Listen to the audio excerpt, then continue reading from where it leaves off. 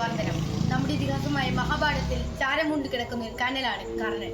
കർണന്റെ ജീവിത ചരിത്രത്തിലേക്ക് ഒരെത്തി നോട്ടം. ഓം സൂര്യായ നമഃ, ഓം ഭാസ്കരായ നമഃ. അത്യുജ്വല പ്രഭയാണല്ലോ. പ്രണാമ സൂര്യ ഭഗവാനെ. തന്നാലും പ്രഭോ, നമ്മുടെ അന്ധകാരം നിറഞ്ഞ മനസ്സിന് പ്രകാശം അനിവാര്യമായിരിക്കുന്ന ഈ സമയത്ത് അങ്ങയുടെ ആഗമന ഉദ്ദേശം വെളിപ്പെടുത്തിയാലും പ്രഭോ. മകനെ കർണ, അത്യധികം ഗൗരവമുള്ള ഒരു മുന്നറിയിപ്പുമായാണ് നാം ഇവിടെ ആഗതനായിരിക്കുന്നത്. ദേവരാജൻ ഇന്ദ്രൻ സ്വന്തം മകന്റെ നേട്ടത്തിന് വേണ്ടി നിന്നിൽ നിന്നും നിന്റെ കവചകുണ്ടലങ്ങൾ ഭിക്ഷയെ യാചിക്കുന്നതാണ് മകനെ. അതിനാൽ നീ ഇന്നു മുതൽ നിന്റെ ദാനധർമ്മങ്ങൾ മകനെ. പിതാവേ, നമുക്ക് നമ്മുടെ പ്രാണനേക്കാൾ പ്രധാനം നമ്മുടെ പ്രതിജ്ഞയാണ് പിതാവേ. ഭിക്ഷ യാചിച്ചു വരുന്നവർക്ക് എന്ത് ഭിക്ഷയും നൽകുക എന്നുള്ള നമ്മുടെ പ്രതിജ്ഞ നമുക്ക് പഠിത്തെത്തിക്കാൻ കഴിയില്ല പിതാവേ. നിക്കാരം എന്ന് സന്ദേഹിക്കാതെ നമ്മെ അനുഗ്രഹിച്ചാലും.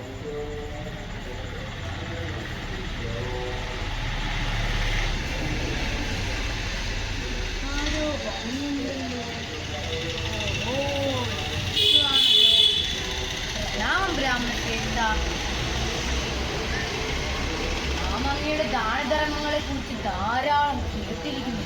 അങ്ങയുടെ കവചകുണ്ടലങ്ങൾ നമുക്ക് ഭിക്ഷയായി നൽകിയാൽ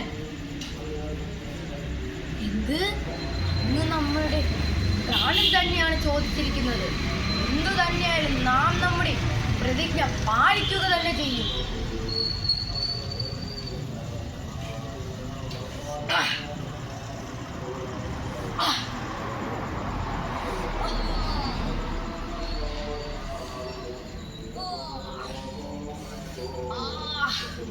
ഇതാ ദേവരാജൻ ഇന്ദ്ര, സ്വന്തം മകന്റെ നേട്ടത്തിന് വേണ്ടി അങ്ങ് നമ്മോട് കാണിച്ചത് കൊടും വഞ്ചനയാണ്. കൊടും വഞ്ചന.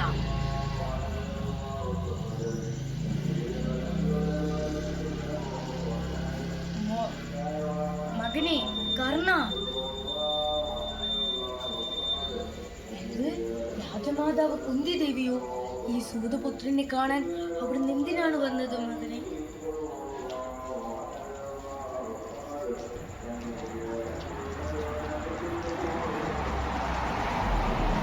യുദ്ധം നടക്കാനിരിക്കെ നീ ഒരു വലിയ സത്യം അറിയേണ്ടതുണ്ട്.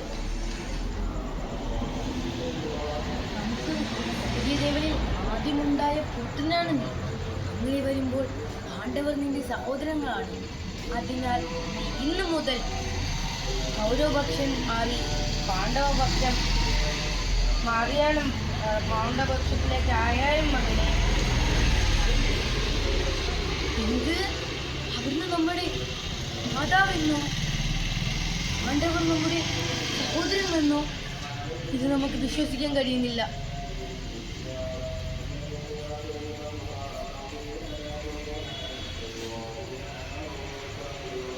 നമുക്ക് നമ്മുടെ പ്രിയമിത്ര ദുര്യോധനെ കൈവിടാൻ കഴിയില്ല.